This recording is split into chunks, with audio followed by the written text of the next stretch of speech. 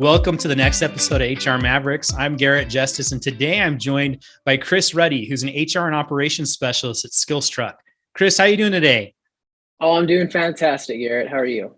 Doing so great. It is awesome to have you on here. Chris is an awesome advocate for our HR Mavericks community. Is one of the first people to really sign up and really help us launch the community. So we're super excited to have you on the show today and really just ready to dive in and understand your story and some of the tips you have to share with us today. Before we do, though, tell us just a little bit more about your career background and what your company Skillstruck does. Yeah, so I have actually been in HR for a little over 2 years now, so pretty new in my career. I studied psychology and business at Brigham Young University and just graduated last year. I actually got started at Skillstruck. While I was in college, I did an unpaid school student internship thing with the company, and that's how I got introduced to HR. They just needed us to do a few things like looking up just how to onboard people, all that stuff. And that quickly turned into an opportunity later in the year to do some part-time work there, here and there for them. And eventually I ended up going part-time, then full-time, and here I am today, running HR department. I am an HR department of one at Skillstruck. And so I resonate a lot with the HR Mavericks community and movement to democratize HR resources. And so Awesome. Skillstruck is a K through 12 computer science curriculum provider and professional development provider. So we focus on just getting into schools and making computer science education more equitable.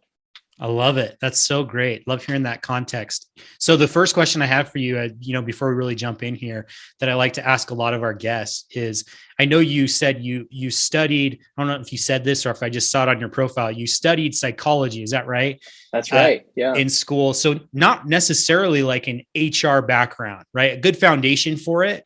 But what really pulled you into the field of HR? You mentioned that internship that you had. But what really convinced you to really jump in and pursue HR as your career? That's a great question. At the time I was in college and I had no idea what I wanted to do. And I was trying to get into different programs in the business school, like accounting and things like that. I kind of fell into HR. So I know a lot of people on this podcast, I am a regular listener. A lot of people fall into HR. I fell in. I was just in one of my semesters, actually, before I got the job at Skillstruck. I was applying to jobs on campus and I got an HR job at the employment center for student employment. And that's really what started it. I really liked it. I liked working with people. I met with hundreds of students throughout my time there, just filling out paperwork with them. But I just liked the people aspect. And and then I ended up just kind of positions fell into place, and that's kind of how it worked. I just fell into this role, and then just I really liked it. It was a great match. So it's been great. Awesome. Well, I think that's the story for so many people. They kind of fall into it and they love it and they stick it out and are so happy that they do. So, well, hey, I am excited to dive into our topic today, Chris. You kind of mentioned this as you were sharing your background, but you are this HR team of one there at Skillstruck. And I think so many of the members of the HR Mavericks community and listeners of this podcast are probably in a similar boat, whether they're an HR team of one, or maybe they're just an office manager who's doing HR responsibilities, or maybe they just have a small HR team and they have to all wear lots of hats. So I'm excited to kind of pick your brain on that topic and hear about your experience the last 2 years there at Skillstruck. You mentioned you were the first HR person really hired.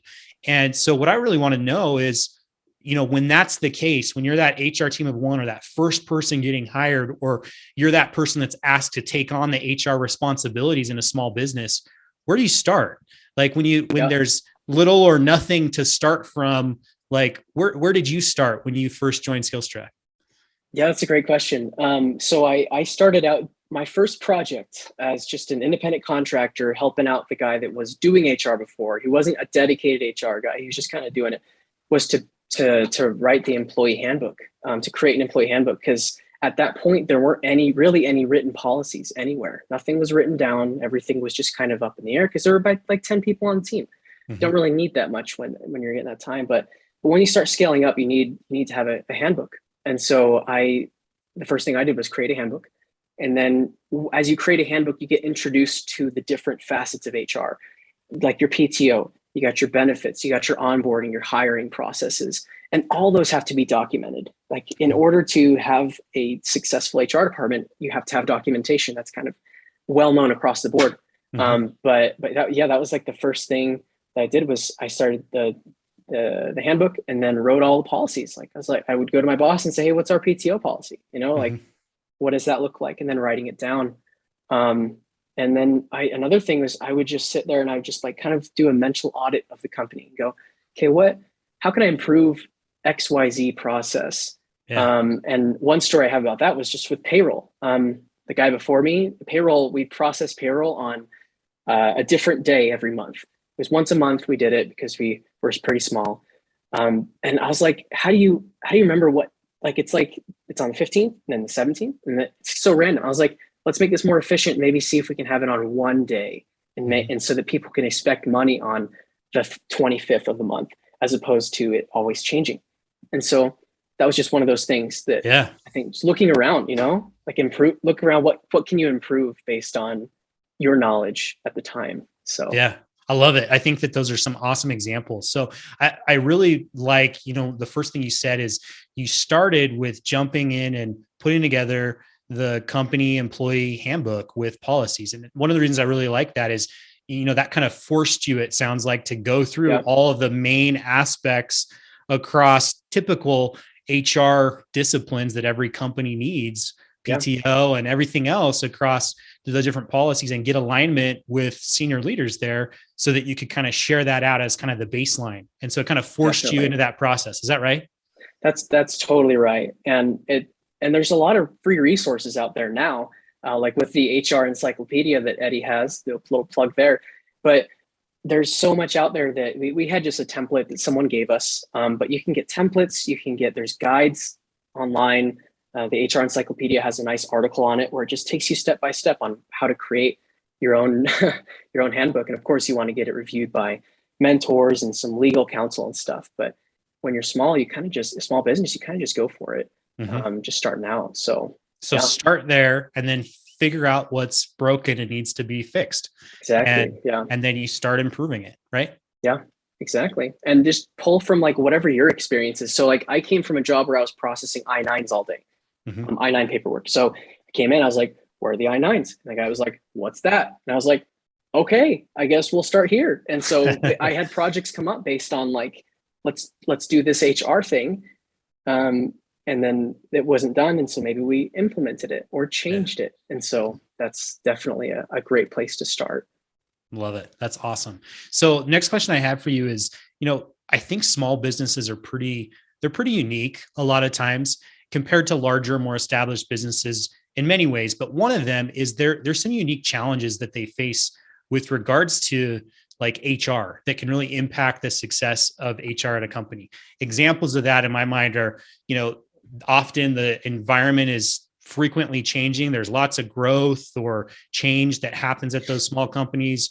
You have limited resources, small teams, everyone's wearing lots of hats. Because of that, a lot of times you have less emphasis on HR or kind of employee experience related stuff overall, just because there's no one or one person dedicated to it.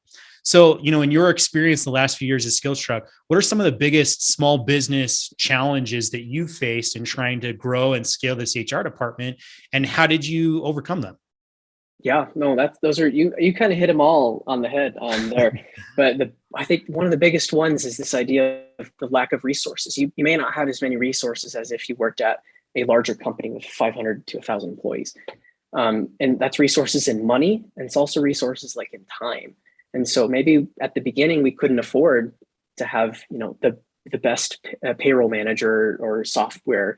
And so I had to do a lot of stuff manually. And so it was like, I just did that because that was what you had to do at the time. You got to be scrappy. So sometimes like the remedy for the lack of resources is being scrappy with kind of what you have and being lean. So I would use a lot of spreadsheets for time tracking and things like that.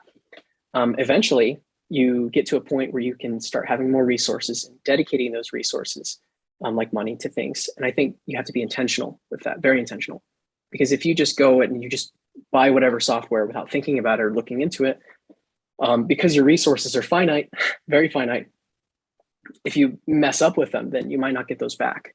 And it could cost the company a lot more. So to answer that question, to answer the lack of resources, just be scrappy and be intentional with what you do there. So that's one of them. I could talk about all of those things, but I could limit it to just another one. No, that's great. Give me another one. I think these examples are awesome. Yeah. Another thing is when you're an HR department of one and you're in a small business, everything's new. So every milestone that would otherwise be an already implemented HR facet is something you set up. So last year in 2020, we didn't have health insurance, a health insurance plan because we were so small. 2021, we decided to implement one. And so guess who that fell to? The guy who had never really done anything with health insurance ever. And so I spent so many hours just researching, looking up what's the definition of a deductible so I could actually understand these plans and communicate them to my boss effectively and make suggestions. I was surprised at how much sway I had with the decision here, because we're both young, entrepreneurs, and so I was like, this is crazy. So I had to learn a lot. So, but everything's new. Implementing a PTO policy or XYZ benefit is all new, and so you have to just research it and just just Google search stuff and talk to mentors. Mentors is a huge thing, and just I think that's one of the best ways to go about kind of tackling new things. It's just hitting the ground running. I love it. And I think you're absolutely right. Like when you work in a small business, I think it exists across all different departments, but you have to be scrappy and you got to be able to just kind of figure it out. And you mentioned just having to talk to mentors and Google stuff. And, I'll just say too, that's the whole reason why we started this HR Mavericks community, which this podcast is a part of, is to try and make it a little bit easier for those small business HR people just like you to be able to find the resources that they need to really jumpstart and get that stuff started and do it well and connect with other people who can help them in that process. So, I totally wish I had HR Mavericks and all these resources a year and a half ago when I was doing this. It would have made things a lot easier. So awesome.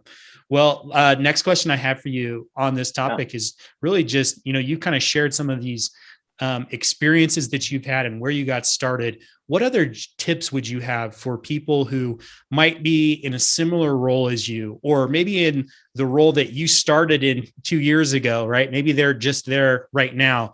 What other general tips would you have for those people who are really starting to launch an HR department for a small business right now?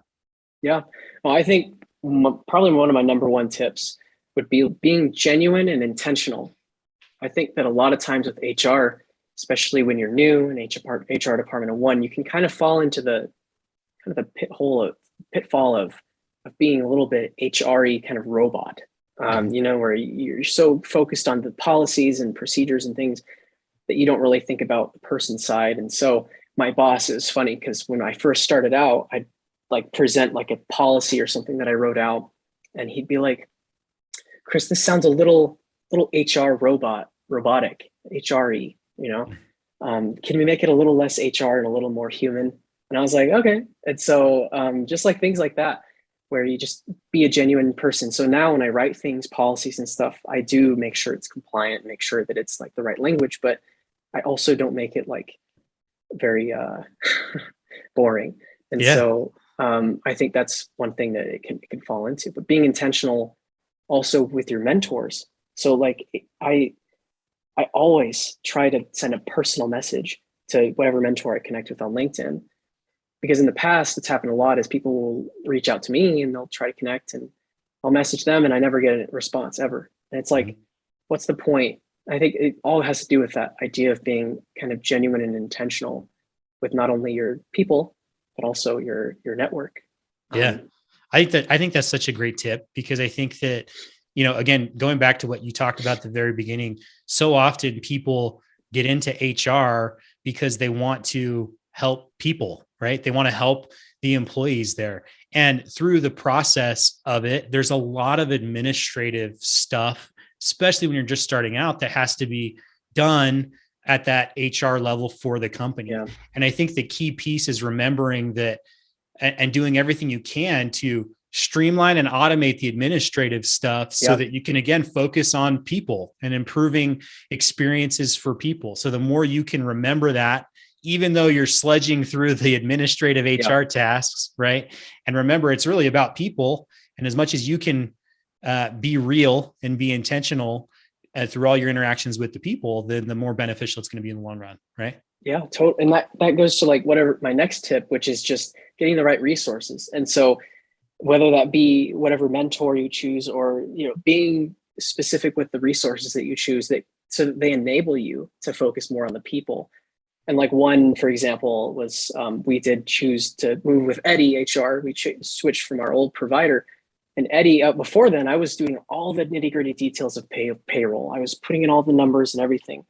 The nice thing about Eddie is that I've got a dedicated payroll provider who does that. I delegated it. And so now I have more time to focus on other things. So it's just like choosing wisely those resources, the ones that will help free your time so that you can do more things like, I don't know, actually talk to employees, message them on Slack or whatever. Because running a company, especially one like us, we're in 13 states. There's a lot of stuff a lot of payroll stuff that could be really tricky. And so, I think that just choosing your resources wisely, is a great tip. Awesome tip. No, I love it and appreciate the plug for Eddie, and so happy that you've had a great experience. You know, our payroll specialists are awesome. People love working with them. So thank you. Any other last tips that you have that you would give for those small business HR pros that are in that same boat? Yeah, I think it's important to celebrate the wins and to learn to recover from the failures, because there's a lot of failures with creating an HR department, whether it be like money failures with payroll to just failures with policy and maybe just not sending an email was received wrong, or culture issues. I just think that you have to be able to recover from those. But then when you do things that are celebratory, you got to celebrate, especially in your little HR department of one. It's funny because whenever I achieve something that's just kind of really boring, like, oh, we got our unemployment insurance number from the state that we're in, like that for me is a success, because sometimes it's a real pain in the butt to get those numbers. But for me, I try to celebrate the little things by myself. I'll sometimes lean over my boss and go, hey, I just saved us some money because of this. Well, there we go. You got to celebrate those wins and stuff. Because otherwise you're not really motivated.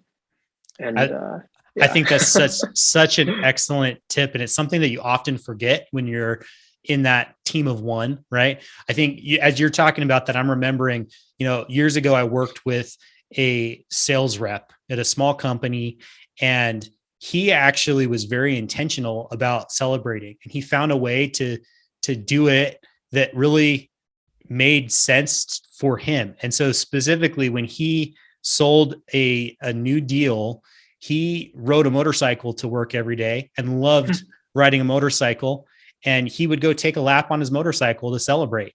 It usually be 5 or 10 minutes. And so what I like about that, though, is it was his way to really just be intentional and celebrate those small wins along the way. And so he could remember the progress that he was making. And so whatever it is, whether it's a lap around, on your motorcycle or something else, I think it's so important to make sure that you are celebrating those wins along the way. It's a great tip. Definitely. I love that. I don't have a motorcycle, but I think, I often will just close my computer and I'll just be like, yes, I just get the visceral yes. Yeah, that's good. That's just enough. So awesome. Yeah. That's great. Well, Chris, this has been an excellent conversation. Really appreciate you taking the time to join with us today and kind of share your experiences and some of your learnings over the last few years. As we kind of wrap up here, one of the last questions I really like to ask all of our guests, unrelated to the topic that we talked about today, it really ties back into our mission for the HR Mavericks community, which is to democratize HR knowledge and best practices for those who need it most, which is often these small business HR departments of one. And so if you have one tip that you would recommend that our listeners do this week to improve their HR and people functions, what would that be? Yeah. one tip would be, I don't know what their companies are like, other people's companies are like, but most of our companies are remote. So I recommend just reaching out to a few employees over Slack and just being a nice person to them, or just asking them about their day or their week. Cause I just feel like the little things like that are what really make it like matter. Or like, just inviting someone to hop on a call. This is really relevant for, I think, if you have a lot of remote employees, because sometimes people working alone, in their homes, they can get kind of lonely. And so I think just doing that is a good way to not only build rapport with people, but also just show that you care, because we're in HR. Yeah. We're here to care. That's what we do. So I think that's an awesome tip. Whether it's remote or whether you have frontline employees in the office, who you have some in an office, you might have some in a storefront, whatever it is, reach out to those individuals and let them know that you care. I think that's an awesome take tip. An interest in their life, because again, like what we talked about, it's about people at the end of the day, right? And helping them be satisfied and productive. So awesome. Well, Chris, thank you so much again for taking the time to join us today. If there are listeners that want to get in contact with you, learn more about this topic, what's the best way for them to connect with you? Yeah, just on LinkedIn. My name is Christopher Ruddy. Just look me up on LinkedIn and look for a guy that looks like this, and awesome. And you'll find me. So okay, perfect. We'll drop a link to Chris's LinkedIn profile in the show notes. You can find it there. So, Chris, thanks again for taking the time today, and hope you have a great rest of the day. Awesome. Thank you. You too.